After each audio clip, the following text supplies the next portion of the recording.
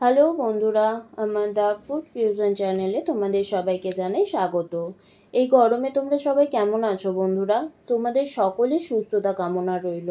আর সাথে রইল এই অসহ্য গরমে তোমার আমার সবার শরীর ভালো রাখতে একটা অসাধারণ রেসিপি।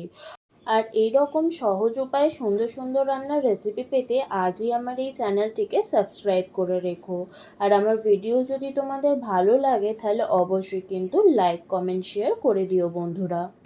এই গরমে স্বাস্থ্য এবং ত্বক সব একসাথে সুস্থ রাখতে এক এবং অন্যতম উপায় হচ্ছে রেগুলার খাবার তালিকায় টক দই বা মিষ্টি দই। টক দই বা মিষ্টি দই সবসময় তো সব জায়গাতেই পাওয়া যায়, তাই আজ আমি ভাবলাম তোমাদের জন্য এক নতুন দইয়ের রেসিপি বানাই। আর এই গরমে বেল হলো একটা ভীষণ উপকারী ফল, তাই আজ তোমাদের জন্য রইল বেল দইয়ের রেসিপি। তো চলো পুরো প্রসেসটা তোমাদের সাথে শেয়ার করছি, আর শেষে কেমন খেতে হয়েছে সেটাও আমি তোমাদেরকে জানিয়ে দেব। বেলের দই বানানোর জন্য প্রথমেই আমি এখানে নিয়ে নিয়েছি 1 লিটার দুধ। গ্যাসে একটা কড়াই গরম বসিয়ে দিয়ে তার মধ্যে আমি দুধটা পুরো ঢেলে দিচ্ছি। দুধটাকে আমি খুব ভালোভাবে ফুটিয়ে নেব। আর এদিকে আমি নিয়ে নিয়েছি একটা বড় সাইজের বেল। এখানে আমি বেলটাকে ফাটিয়ে নিয়ে বেলের পাল্পটা বের করে নেব।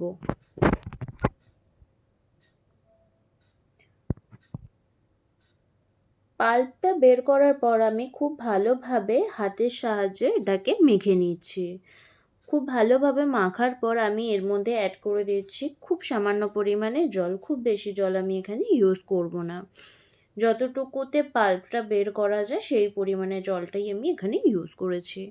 তো জলটা পাল্পের মধ্যে খুব ভালোভাবে মিশিয়ে নিয়ে আমি একটা ছাঁকনির সাহায্যে আমি পুরোটাকে ভালোভাবে ছেঁকে নেব। পুরো স্মুথ পাল্পটা আমি এখানে বের করে নিয়েছি, বাকি যে দানা রয়েছে সেগুলো আমি আলাদা করে দিলাম। দেখো আমার এখানে স্মুথ পাল্পটা বের হয়ে গেছে। এদিকে আমার দুধটাও ফুটে গেছে। আমার 1 লিটার দুধকে আমি 900 ml মতো করে নিয়েছি। এদিকে আমি একটা গ্যাসে কড়াই বসিয়ে দিয়েছি। কড়াইয়ের মধ্যে আমি দিয়ে দিচ্ছি গরম হয়ে গেলে বেলের যে পাল্পটা আমি বের করে রেখেছিলাম সেই পাল্পটাকে আমি বেশ খানিকটা ঘন করে নিচ্ছি। কনসিস্টেন্সিটা ঠিক এই রকম হবে। এদিকে আমার বেলের পাল্পটা রেডি। এখানে আমি উষ্ণ গরম দুধ নিয়েছিলাম সামান্য পরিমাণে, আর তার মধ্যে দিয়ে দিচ্ছি 2 টেবিল চামচ গুঁড়ো দুধ। খুব ভালোভাবে এটাকে আমি মিশিয়ে নিয়ে একটা ছাঁকুনির মাধ্যমে দুধের মধ্যে অ্যাড করে দিচ্ছি। আর আমি এখানে অ্যাড করে দিচ্ছি 2 চামচ মতো চিনি। মিষ্টিটা তোমরা তোমাদের স্বাদ অনুযায়ী দিও। আমি এখানে হালকা মিষ্টি হালকা টক রাখার জন্য আমি এখানে 2 চামচ চিনি ইউজ করেছি। খুব ভালোভাবে আমি এটা মিশিয়ে নিচ্ছি। এদিকে আমি নিয়ে নিয়েছি 100 গ্রাম মতো টক দই। এই টক দইটা কিন্তু আমার বাড়িতে পাতা। খুব ভালোভাবে আমি টক দইটার জলটা ঝরিয়ে নিচ্ছি। ঝরানোর পর আমি খুব ভালোভাবে টক দইটাকে ব্লেন্ড করে নিচ্ছি। ব্লেন্ড করা টক দইটা এবার আমি দিয়ে দেব বেলের যে পাল্পটা আমি রেডি করে রেখেছিলাম। ঠান্ডা হয়ে গেলে সেই বেলের পাল্পটার মধ্যে আমি টক দইটা দিয়ে দিচ্ছি। খুব ভালোভাবে আমি দুটোকে মিক্স করে নিচ্ছি। এদিকে আমার দুধটা ঠান্ডা হয়ে গেছে, প্রায় আঙুল ডুবিয়ে রাখার মতো উষ্ণ গরম রয়েছে। ঠিক এইরকম গরমটাই কিন্তু দুধে রাখতে হবে।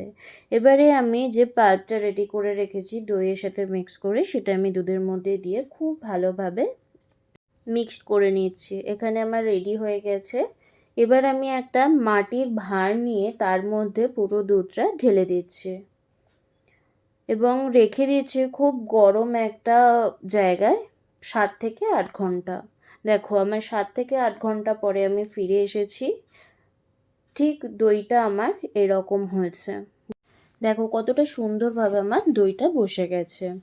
এবার আমি এটাকে ফ্রিজের মধ্যে রেখে দেব সারা রাত।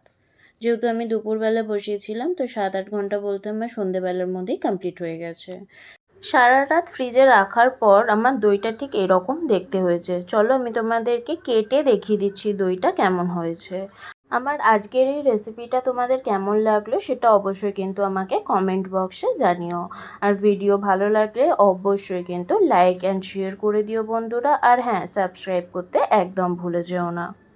তো চলো কেটে দেখিয়ে দিই আর ফিডব্যাকটাও দিয়ে দিচ্ছি। খেতে সত্যি খুব সুন্দর হয়েছিল। আর আমি যেহেতু টক দই বেশি পছন্দ করি, তো আমি তার জন্য টক দই হিসাবেই রেখেছিলাম। খুব সামান্য পরিমাণে চিনি ইউজ করেছিলাম, তোমরা দেখেইছো আগে। তো সেই অনুযায়ী আমার খুবই ভালো লেগেছে। তোমরা অবশ্যই কিন্তু বাড়িতে একবার বানিয়ে দেখো। কথা দিচ্ছি ভীষণই ভালো লাগবে। আর এই গরমে পাতে যদি এই দই পড়ে, তাহলে তো আর কোনো কথাই হবে না। শরীর এবং মন দুটোই জুড়িয়ে যাবে। তো বন্ধুরা, আজ এখানেই শেষ করছি। দেখা হচ্ছে নেক্সট ভিডিওতে নতুন কোনো রান্নার রেসিপির সাথে। টাটা।